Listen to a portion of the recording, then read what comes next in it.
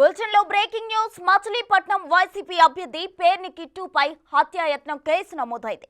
ఎన్నికల ప్రచారం చేస్తూ 8వ డివిజన్లో జనసేన నేత కర్రి మహేష్ ఇంట్లోకి చొరబడి కిట్టు అనుచరులు దాడి చేయడం రచ్చరచ్చైంది. ఈ ఘటనలో మొత్తం 6గురిపై హత్యాయత్నం కేసు నమోదైంది.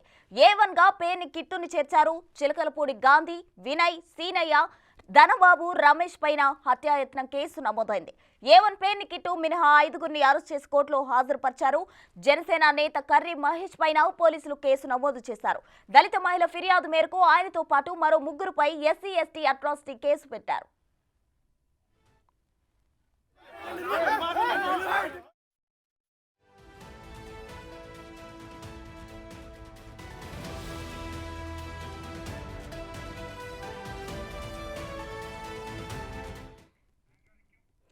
మరిన్ని వివరాలు మా ప్రతినిధి శివ అందిస్తారు. శివ, చెప్పండి. అయితే ఒకవైపు పేర్ని కిట్టుపై కేసు నమోదు అయింది, ఇంట్లో జొరబడ్డారు, జనసేన నేత ఇంట్లో జొరబడ్డారు అని చెప్పి ఇటు జనసేన నేతపై కూడా ఆయనతో పాటు మరో 3గురిపై SC/ST అట్రాసిటీ కేసు పెట్టడం జరిగింది. మహిళ ఫిర్యాదు మేరకు ఏంటి ఓవరాల్ డీటెయిల్స్ ఏంటి శివ?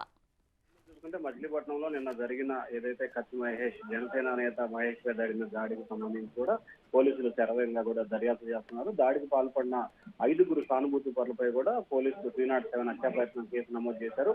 చలమశెట్టి శ్రీనివాస్, చలమశెట్టి గాంధీ, లంకే రమేష్, వినయ్, ధనబాబు, భార్గవ్లపై కూడా కేసు నమోదు చేసినట్లు తెలుస్తా ఉంది. అయితే భార్గవ్ పేరు తప్పించడానికి మాజీ మంత్రి పేర్ని నాని నిన్న సాయంకాలం రాత్రి వరకు కూడా పోలీస్ స్టేషన్ లోనే మకాం వేసి విశ్వ ప్రయత్నాలు చేశాడు. కానీ పోలీసులు మాత్రం కేసులో అతని పేరు తొలగించడానికి ఏమాత్రం కూడా సిద్ధంగా లేని పరిస్థితి కనిపిస్తా ఉంది. అయితే ఏదైతే హత్యా ప్రయత్నం కేసుకు సంబంధించి కూడా మొత్తం 6గురిపై కూడా 307 అటెంప్ట్ మర్డర్ కేసు నమోదు చేశారు. అయితే ఎవరైతే బాధితులు ఉన్నారో కర్రి మహేష్ కు సంబంధించి కూడా అతనితో పాటు మరొక 3గురిపై కూడా SC/ST కేసు నమోదు చేసినట్లు కూడా తెలుస్తా ఉంది. అయితే ఈ కేసులో హత్యా ప్రయత్న కేసు నుండి కూడా ఒకరి నుంచి తప్పించేలా విశ్వ ప్రయత్నాలు చేసినా కానీ ఆ ప్రయత్నాలు ఏమాత్రం కూడా సరళీకృతం అయితే కాలేదు. రాత్రి సమయంలో పోలీస్ స్టేషన్ లో ఆయన 2 గంటల పైగా కూడా పేరునే నాని తిష్టా వేసిన పరిస్థితి కనిపిస్తుంది. మరొక వైపు ఎవరైతే బందర్ అసెంబ్లీ అభ్యర్థి ఎవరైతే పేరునే కిట్టు ఉన్నారో అతనిపై కూడా 307 హత్యా ప్రయత్నం కేసు నమోదైంది. దీనికి సంబంధించి కూడా ఎన్నికల కమిషన్ ఫిర్యాదు చేయాలని చెప్పి టీడీపీ ఆలోచన చేస్తా ఉంది. మరి దీనికి సంబంధించి టీడీపీ ఏ విధంగా ఫిర్యాదు చేస్తా ఉంది, ఎన్నికల సంఘం తన నిర్ణయాన్ని ఏ రకంగా వెల్లడించబోతుందనే ఉత్కంఠ అయితే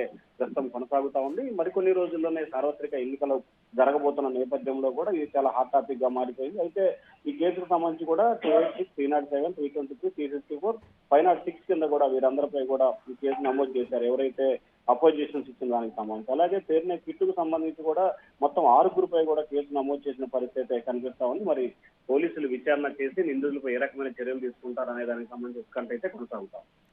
థ్యాంక్ యూ శివ.